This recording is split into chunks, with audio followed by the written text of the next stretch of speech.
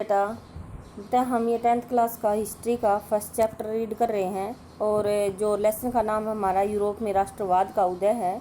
और जो आज की हमारी हेडिंग है वो है बेटा जर्मनी और इटली का निर्माण, यानी जर्मनी और इटली का निर्माण कैसे हुआ। तो इसमें हम ये पढ़ेंगे। सबसे पहले बेटा मैं आपको बता देती हूँ जर्मनी का निर्माण या जर्मनी का एकीकरण। इसमें जैसे हम पढ़ेंगे तो बेटा इसमें सबसे जैसे लंबा पड़ता है तो मैं आपको मेन हेडिंग बता देती हूँ। जैसे बेटा जर्मनी का एकीकरण यानी 1848 में यूरोपियन सरकार ने बहुत कोशिश की कि वे जर्मनी का एकीकरण कर दे। यानी 1848 में बेटा यूरोपियन सरकार ने बहुत कोशिश की कि वे जर्मनी का एकीकरण कर दे, परंतु वह ऐसा नहीं कर पाई। क्यों नहीं कर पाई? क्योंकि राष्ट्र निर्माण की यह उदारवादी पहल राजशाही और फौज की ताकत ने मिलकर दबा ली थी। क्योंकि राष्ट्र निर्माण की, क्योंकि जर्मनी का एकीकरण या जर्मनी का निर्माण की जो यह पहल थी बेटा, ये उदारवादी जो कि बहुत तेजी से बदलाव चाहते हैं, उदारवादियों ने और राजशाही और फौज की ताकत ने मिलकर यानी दबा ली, यानी उसका जर्मनी का एकीकरण नहीं होने दिया। लेकिन उसके बाद भी पर्सा ने यह भार अपने ऊपर ले लिया और कहा कि वह जर्मनी का एकीकरण करके ही रहेगी। और उस समय पर्सा का जो मुख्यमंत्री था बेटा वो था ओटो वन बिस्मार्क। पर्सा ने यह एक राष्ट्रीय एकीकरण के आंदोलन का, यानी पर्सा ने ही जर्मनी के एकीकरण के लिए जो आंदोलन करना था उसका नेतृत्व यानी उसकी जिम्मेदारी अपने सिर पर ले ली। और 7 वर्ष के दौरान ऑस्ट्रिया, डेनमार्क और फ्रांस से तीनों में युद्ध, यानी तीनों से इसने युद्ध किया पर्सा ने, और उसमें पर्सा की जीत हुई। और इस प्रकार जो जर्मनी के एकीकरण की जो प्रक्रिया थी या जर्मनी के निर्माण की जो प्रक्रिया थी वह पूरी हुई। और जनवरी 1871 में वर्साय में हुए एक समारोह में पर्सा के राजा विलियम प्रथम को जर्मनी का सम्राट घोषित कर दिया गया। तो जर्मनी के निर्माण का बेटा मैं थोड़ा सा एक बार फिर रिपीट कर देती हूँ, आप ध्यान से सुने कि 1848 में यूरोपियन सरकार ने बहुत कोशिश की कि वे जर्मनी का एकीकरण या उसका निर्माण कर दे, परंतु ऐसा नहीं हो पाया। क्यों नहीं हो पाया? क्योंकि राष्ट्र निर्माण की यह जो पहल थी उसमें उदारवादी, राजशाही और फौज की ताकत ने मिलकर यानी उसको दबा दिया, राष्ट्र जर्मनी का एकीकरण नहीं होने दिया। लेकिन उसके बाद भी जो इसके बाद भी पर्सा ने जो यह भार अपने ऊपर यानी ये जिम्मेदारी अपने ऊपर ले ली और कहा कि वह जर्मनी का एकीकरण या निर्माण करके ही रहेगी। इसलिए उसने जर्मनी के एकीकरण के लिए या जर्मनी के निर्माण के लिए क्या किया? ऑस्ट्रिया, डेनमार्क और फ्रांस से युद्ध किया। और फ्रांस से जब युद्ध हुआ तो उसमें पर्सा की ही जीत हुई। इस प्रकार जर्मनी के एकीकरण की प्रक्रिया या निर्माण की प्रक्रिया पूरी हुई। और जनवरी 1871 में वर्साय में हुए एक समारोह में पर्सा के राजा विलियम प्रथम को जर्मन का जो सम्राट था बेटा वो घोषित कर दिया। तो इसके बाद दूसरा है हमारा इटली का निर्माण। इटली का निर्माण बता देती हूँ बेटा। इटली ऐसे ही इटली का है हमारा इटली का निर्माण। अब पढ़ेंगे हम इटली का। इटली के एकीकरण अनेक वंशानुगत राज्य तथा बहुराष्ट्रीय हेसबर्ग साम्राज्य में बिखरा हुआ था बेटा। जो इटली था बेटा वो बहुत सारे राज्य में यानी साम्राज्य में बिखरा हुआ था। केवल एक सार्डिया पिरामिड में एक इतावा राजा घराने का शासन था, सिर्फ एक।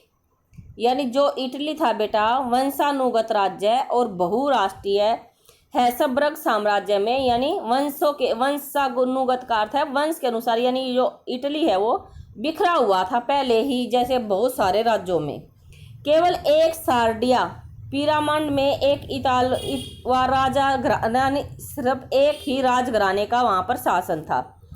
इटली एकीकरण की प्रक्रिया का अध्ययन करने के लिए हमने 3 लोगों पर विचार करना होगा, जिससे हमें इटली के निर्माण या इटली की एकीकरण की जो प्रक्रिया है बेटा वो आसानी से समझ में आ जाए।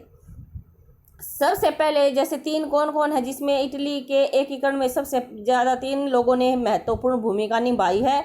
इसलिए तीनों के बारे में हमें जानना होगा। जैसे जियुसेप्पे मैत्सनी ने बेटा, काउर ने और जियुसेप्पे गैरिबाल्डी ने, यानी इटली के एकीकरण में इन तीन लोगों ने महत्वपूर्ण भूमिका निभाई है। सबसे पहले पढ़ेंगे बेटा हम जियुसेप्पे मैत्सनी। एक तो जियुसेप्पे जो मैत्सनी था, कई बार बेटा इनके ऊपर टिप्पणी भी आ जाती है या इनके जीवन परिचय के बारे में लिखना भी आ जाता है, तो आप ध्यान से सुने। जो जियुसेप्पे मैत्सनी था बेटा, वो रिपब्लिक पार्टी का प्रमुख था और यंग इटली का यह संस्थापक था। इनका लक्ष्य शिक्षा के साथ साथ इटली का एकीकरण करना भी था और इन्होंने 1871 और 1848 में क्रांतिकारी विद्रोह की सफलता से युद्ध के जरिए इतावली राज्यों को जोड़ने की जिम्मेदारी सार्डिया पिरामिड के शासक विक्टर इमेनुरेत द्वितीय पर आ गई। ऐसा हुआ बेटा, जो ये जियुसेप्पे मैत्सनी थे, ये शिक्षा के साथ साथ इटली का एकीकरण भी चाहते थे और 1871 और 1848 में क्रांतिकारी विद्रोह की सफलता से युद्ध के जरिए इतावली राज्यों को जोड़ने की जिम्मेदारी इसने सार्डिया पिरामिड का जो शासक था विक्टर इमेनुरेत द्वितीय को दे दी। लेकिन जो विक्टर इमेनुरुत द्वितीय था बेटा, उसने कुछ भी नहीं किया, यानी उसने इटली के एकीकरण में कुछ महत्वपूर्ण भूमिका नहीं निभाई। और जो विक्टर इमेनुरेत द्वितीय का जो प्रमुख था काउर, इसका प्रमुख था बेटा काउर ने यह जिम्मेदारी अपने ऊपर ले ली। और यह जो काउर था बेटा, यह न तो कोई क्रांतिकारी था और ना ही यह जनतंत्र में विश्वास रखता था। यानी अब हम काउर के बारे में पढ़ रहे हैं कि जब काउर पर, लेकिन हमने ये जानना था कि काउर पर यह जिम्मेदारी आई कैसे। तो काउर बेटा ना तो कोई क्रांतिकारी था और ना ही वह जनतंत्र में विश्वास रखता था।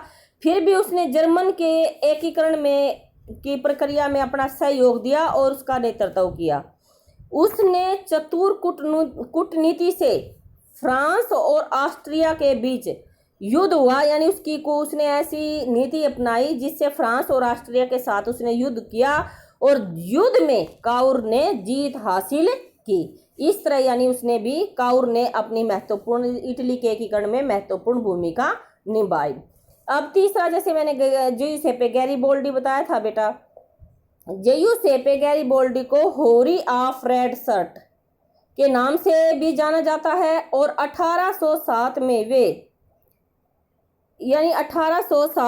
वे इटली और दो सिसिलियों के राज्य में प्रवेश कर गए थे। यानी उसने क्या किया बेटा, 1807 में वह दक्षिण इटली और दो सिसिलियों के राज्य के बीच यानी उसने प्रवेश किया और स्थानीय किसानों का समर्थन पाने में और वहाँ के जो स्थानीय किसान थे उनका उन्होंने समर्थन पाया। स्पेनिश शासक के युद्ध में उसने बड़ा योगदान दिया। और इस तरह यानी गैरिबाल्डी का बेटा, पहले इसमें 2-3 ही लाइन हम याद कर रहे हैं कि सबसे पहले इसको होरी ऑफ रेड शर्ट के नाम से जाने जाते थे। 1807 में वे दक्षिणी इटली और दो सिसिलियों राज्यों में उन्होंने यानी प्रवेश किया, जीत हासिल की और वहां पर उसने स्थानीय किसानों का नेतृत्व यानी समर्थन प्राप्त किया। स्पेनिश शासक के युद्ध में बड़ा योगदान दिया उसने। और इस प्रकार बेटा इन तीनों की जियुसेप्पे मैत्सनी और काउर और जियुसेप्पे गैरिबाल्डी के योगदान से ही बेटा इटली का एकीकरण सफल हुआ। और फिर बाद में यानी जो इटली था उसका जो शासक था विक्टर इमेनुरेत द्वितीय को यानी इटली का राजा घोषित कर दिया गया। क्यों घोषित किया गया? क्योंकि जो विक्टर इमेनुरेत था बेटा यह बहुत दयालु था और यह यानी पहले सार्डिनिया पिरामिड का शासक रह चुका था, इसलिए इटली का जो राजा था वो विक्टर इमेनुरेत को घोषित कर दिया गया था। तो इस प्रकार बेटा आज हमने पढ़ा है जर्मनी और इटली के एकीकरण के बारे में। और जब नेक्स्ट जो हमारी हेडिंग होगी वो है बेटा ब्रिटेन का एकीकरण। तो हम ब्रिटेन भी क्योंकि जो है उसमें यूरोप में ही पड़ता है, तो हम ब्रिटेन की राजस्थान के बारे में पढ़ेंगे नेक्स्ट वीडियो में।